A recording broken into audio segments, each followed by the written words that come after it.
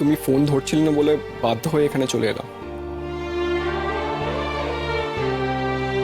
আমাদের কথা বলাটা খুব জরুরি, না? আমি সত্যি জানি না ইশিকার সেকেন্ড টাইম প্রেগন্যান্সি টেস্টে কি করে পজিটিভ এলো। তবে বাচ্চাটা আমার নয়, না? আর কেউ না হোক তুমি আমাকে প্লিজ বিশ্বাস করো।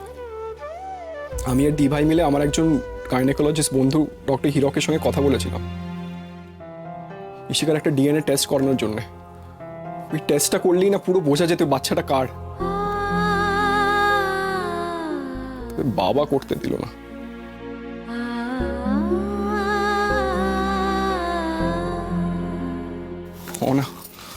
না তুমি প্লিজ কষ্ট পেও না, আর ব্যাস কয়েকটা দিন সময় দাও, আমি সব ঠিক করে দেবো। আর আমাদের মাঝখানে কেউ আসতে পারবে না। আগামী 14 তারিখ আমার বিয়ে।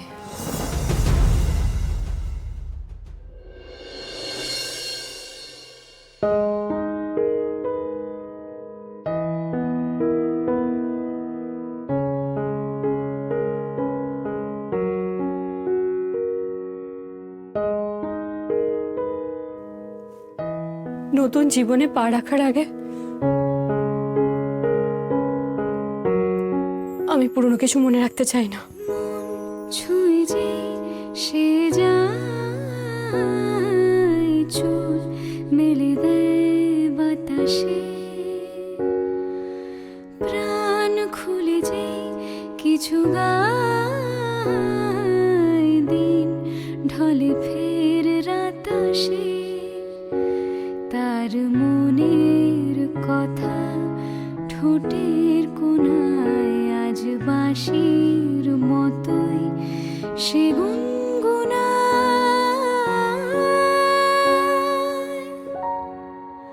হারানো সুর, হারানো সুর বয়েছে দূর, হারানো সুর, হারানো সুর, হারানো সুর বয়েছে দূর, হারানো সুর।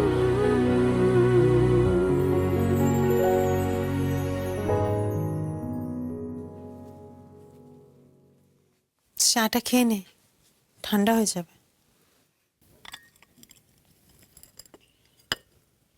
নক্ষত্র কি বলতে এসেছিল রে মা?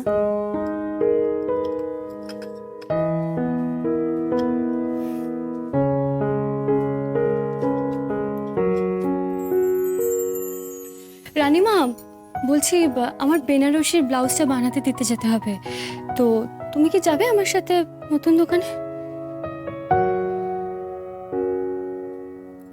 কথা ঘুরিয়ে লাভ নেই না। নক্ষত্র কি বলতে এসেছিল, রানীমা যেটা জিজ্ঞেস করলো সেটা উত্তর দে। তোমার প্রেশারটা চেক করানো হয়নি বুঝলে তো, সেটা একবার চেক করাতে হবে। আমার চোখকে তুই ফাঁকি দিতে পারবি না। তুই নক্ষত্রকে এড়াতে চাইছিস, তাই তো? বাবা, নক্ষত্র দেবরায়ের ব্যাপারে কোনো কথা আমি শুনতে চাই না। অমলদা, আমার মনে হয় অহনা যখন কিছু বলতে চাইছে না তখন ওকে জোর করাটা ঠিক হবে না। বাবা, তুমি বলতে না জীবনে নাকি সবকিছু আমাদের পরিকল্পনা মতো হয় না, আর তাতেই নাকি সবচেয়ে বেশি মজা। কিন্তু বাবা, আমি তো প্রত্যেক পদে ধাক্কা খাচ্ছি, আর আমি তো ভালোই ছিলাম, বলো? বেশ তো ছিলাম আমি। শশাঙ্ক দেবরায় এসে সবকিছু উলটপালট করে দিল।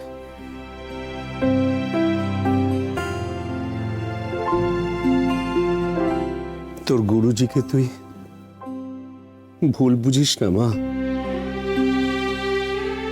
উনি তোকে ভালোবাসেন। হ্যাঁ, তোকে ভালোবাসেন। আমি ওর চোখে তোর জন্য স্নেহ দেখেছি।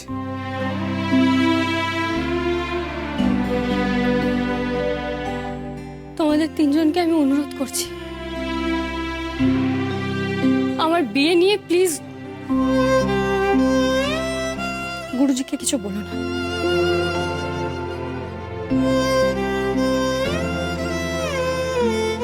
আর নক্ষত্র দেবরায়ের ব্যাপারে কোনো কথা আমি শুনতে চাই না, কোনো কথা না।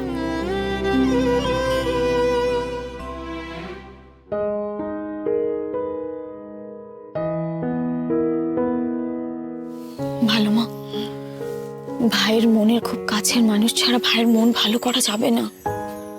অমন কথা বলিস না দিদি ভাই। কি কি এমন হয়েছে যে তুই তোর ভাইয়ের সঙ্গে কথা বলতে পারছিস না? ভালো মা, আমি পারছি না বলেই আমি তোমায় বলছি।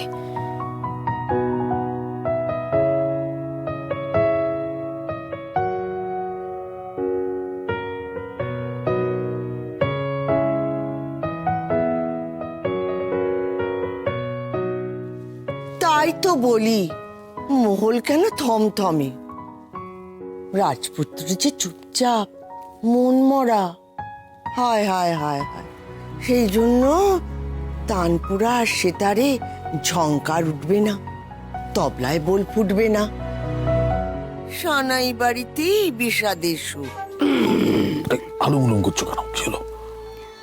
এবার শুধু নাটকটা দেখো। আমার ভাগ্নেকে দেখে তো বেঁচে দেওয়া হয়ে গেছে। এতেও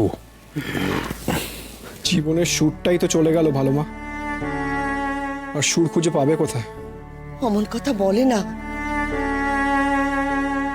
ব্যস্ত ছিলাম নিজের গান বাজনা নিয়ে, বন্ধু বান্ধবদের নিয়ে, ভালোবাসার মানেটা বুঝতে গিয়ে তো যন্ত্রণাটাও নিতে পারছি না। ভাই প্লিজ একটু শান্ত হন, একটু নিজেকে কন্ট্রোল কর তুই। সান্ত্বনা দিস না তুই, আমি নিজেকে কিছুতেই বোঝাতে পারছি না। যেখানে ভেবেছিলাম সবকিছু উজাড় করে দেব, সেখানেই সব কেমন লন্ডভন্ড হয়ে গেল। কি ভাগ্য আমার। শুনছো আমার কথা, শোনো, শুনছো? আচ্ছা কোথায় যাচ্ছ এটুকু তো বলে যাবে। এই শোন শোন, দেখ তোদের বাবাকে দেখ। মা, ও মামা দেখুন কিছু বলছে না, কোথায় যাচ্ছে তখন থেকে একটু খোকা, কোথায় যাচ্ছিস সেটা তো বলে যাবি।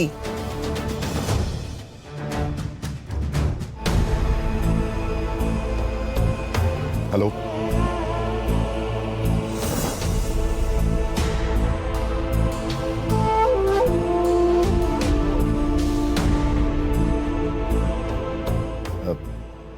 বাড়িতে অতিথি এলে তাদের সম্ভাষণ জানানো হয় না? মানে নাকি আপনারা সকলে বিয়ে নিয়ে খুব চিন্তিত? আরে শুনুন না, মেয়ে বিদায় দেবো আমি, চিন্তা তো আমার থাকার কথা, আপনারা তো চিন্তা করছেন কেন?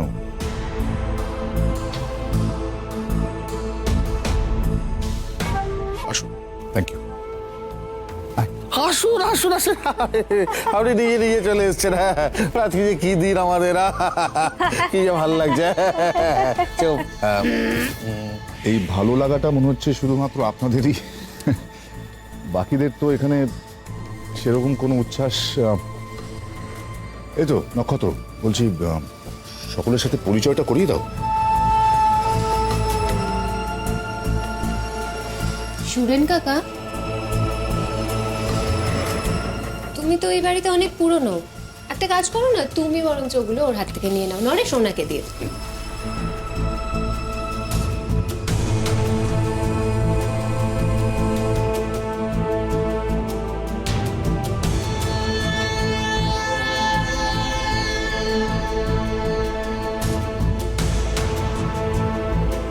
ইশিকা, তোমার একটা কথা জানা খুব জরুরি। সুরেন আমার ভাইয়ের মতো, এ বাড়িতে তার সম্মানটা যেন থাকে সেটা তুমি দেখবে। নিশ্চয়ই নিশ্চয়ই। মানে কিরে, এই আপদটাকে না জামাইবাবু একটু বেশি জায়গা দিয়ে রেখেছে, সহ্য করতে পারি না এই সুরেনকে আমি। পায়ের জুতো মাথায় তুলেছে। থাক,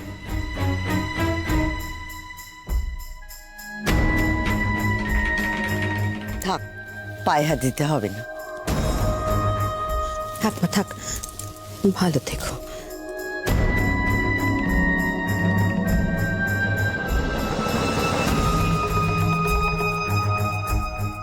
থাক, এ কি আটকালে কেন? তুমি তো সম্পর্কে আমার দিদি হও। সম্পর্কটা আগে তৈরি হোক, তারপর দেখা যাবে।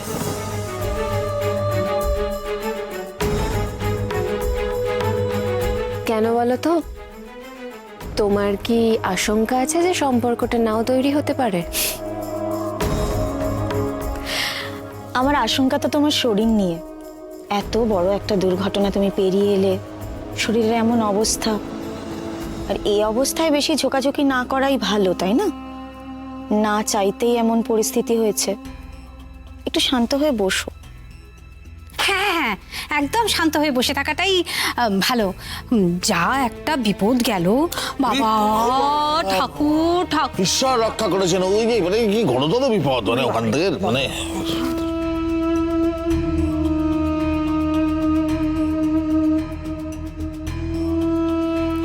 এটা আপনার জন্য। না, এত ফর্মালিটি কোনো প্রয়োজন নেই। শশাঙ্ক বাবু, মানে দুটো পরিবারের মধ্যে যখন সম্পর্ক তৈরি হয় তখন সেটাকে শুভেচ্ছা বিনিময় বলে। প্লিজ এটাকে ফর্মালিটি বলে ছোট করবেন না। কি কাণ্ড বলেন তো। দাও মা, আমাকে দাও। এত কিছুর কি সত্যি সত্যি এখন কোনো প্রয়োজন ছিল? দিদি বলছি, ওদের মনটা খুব বড়, তো তাই আয়োজনও বড়, প্রয়োজনও বড়। এরকম কুটুম্বিতা তো ভালোই লাগে। তবে আমার এত বয়স হয়ে গেছে, আমি কখনো দেখিনি যে কুটুম্বিতা দেখাতে মেয়ে নিজেই বিয়ের আগে তার শ্বশুরবাড়িতে জিনিস হাতে হাজির হয়ে গেছে।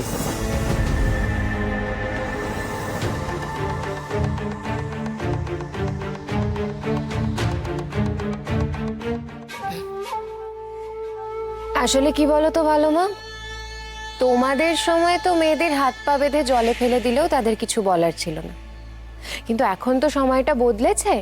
এখন যার সাথে বিয়ে হচ্ছে সে কোথায় থাকে, কি বৃত্তান্ত, একটু জেনে নেওয়া দরকার।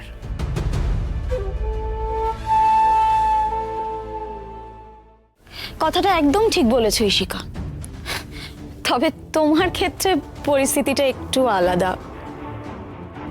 তুমি নিজেই নিজের যা পরিস্থিতি করেছো, তাতে ভাই যদি তোমাকে রাস্তায় গিয়ে থাকতে বলে, তোমাকে তো সেখানেও থাকতে হবে, তাই না?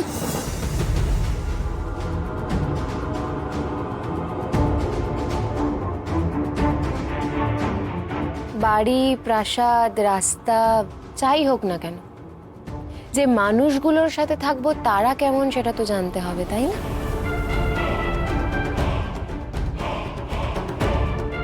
চিন্তা করবেন না, এবারের মানুষ সবাই এক কথার। বিয়ে নির্দিষ্ট দিনেই হবে। আপনারা আচার অনুষ্ঠান সব শুরু করতে পারেন। দেখুন, বিয়ে যে নির্দিষ্ট দিনেই হবে সে বিষয়ে আমি নিজেও নিশ্চিন্ত। আসলে শশাঙ্ক দেবরায় যার বিশ্বজোড়া নাম খ্যাতি, তার ইগো তো আকাশ ছোঁয়া হবেই, তার কথার কোনো নড়চড় হতে পারে না, এটাই আমার বিশ্বাস। তবে হ্যাঁ, একটা কথা আপনি ঠিকই বলেছেন, আমি একটা ফর্মালিটি করতেই এসেছি। ঠিক কটা বাজে মানে আমি জাস্ট ঘড়ি পড়ে আসিনি আজকে। অ্যাকচুয়ালি ওই রেজিস্ট্রারকে একটা ফোন করতে হবে। এক সেকেন্ড।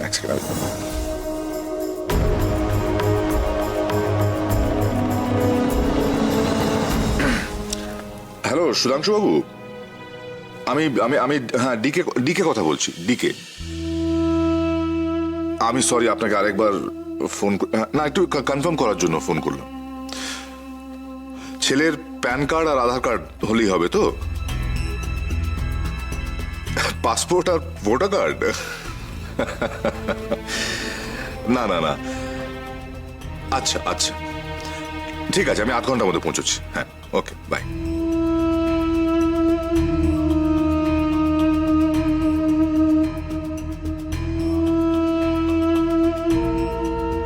আজকেই যাবেন রেজিস্ট্রারের কাছে? এত তাড়াহুড়োর কোনো প্রয়োজন ছিল কি?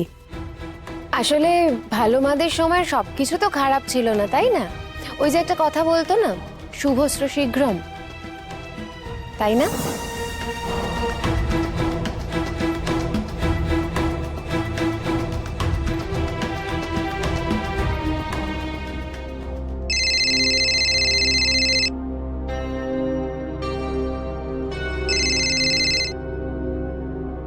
হ্যালো, হ্যালো হ্যালো, আমি কখন থেকে তোমায় ফোন করছি। তোমাকে আমি ফোন করতে বারণ করেছিলাম তো। ম্যাডাম ফোন ধরছে না, আর তুমিও তো আমার খবর নেওয়া প্রায় বন্ধই করে দিয়েছো। কি দরকার? এরকম একটা অবস্থায় আমি একা একটা মেয়ে, কোথায় যাব, কি করব, কে আমাকে সাহায্য করবে? ম্যাডাম ম্যাডাম তোমায় কথা দিয়েছিল যে তোমার ওই ভ্যান ভ্যানানি শোনার মতন সময় আমার নেই। আমি তোমাকে পরে ফোন করছি।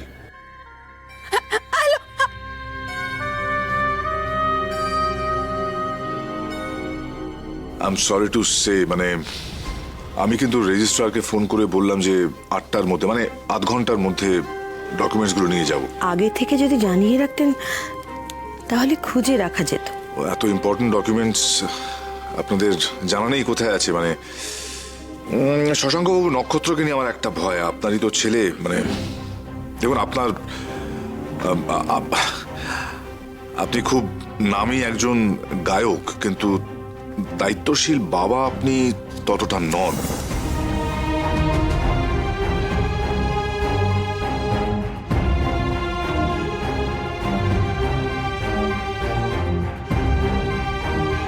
কিছুই না, মানে আমার মেয়ের অবস্থা আবার আপনার মেয়ের মতো না হয়ে যায়।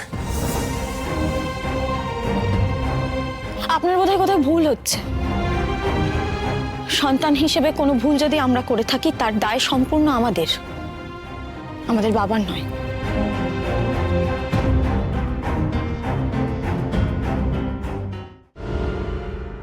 আমি বাবা হিসেবে কেমন সেটা যাচাই করার জন্য তুমি আর তোমার মেয়ে নিশ্চয় এখানে আসোনি। যেগুলো নিতে এসেছো সেগুলো নিয়ে চলে যাও। আশা, আমার আলমারি থেকে দেখবে নক্ষত্রের নামে লেখা একটা ফাইল আছে, সেখানে সমস্ত ডকুমেন্টগুলো আছে। যাও, খুব তাড়াতাড়ি যাও, গিয়ে ওনাদেরকে দিয়ে দাও।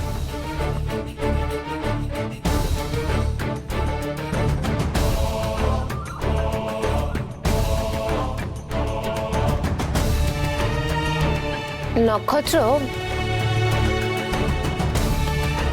বলছি যে আমরা তো এখন রেজিস্ট্রারের কাছে যাচ্ছি, আমাদের কাজটা হয়ে গেলে আমি তোমাকে একটা কল করব। আমাদের কিছু জিনিসপত্র কেনা বাকি আছে।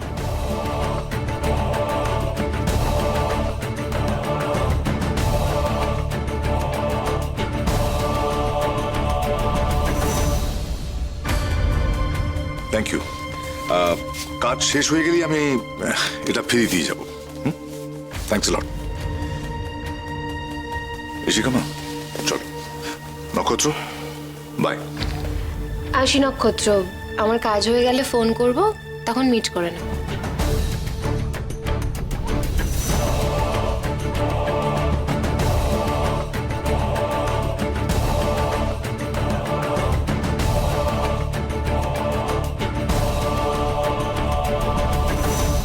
বাবা, ঈশ্বর বোধহয় তোমার সন্তান সুখ দিতেই চাননি। আমি নিজে তোমার কথা শুনিনি, তুমি হেরেছ। আজ ভাই তোমার কথা শুনছে, সেখানেও তুমি হারছ। কিন্তু বিশ্বাস করো বাবা, আমরা দুজনে বোধহয় কেউই চাইনি তুমি এভাবে হেরে যাও।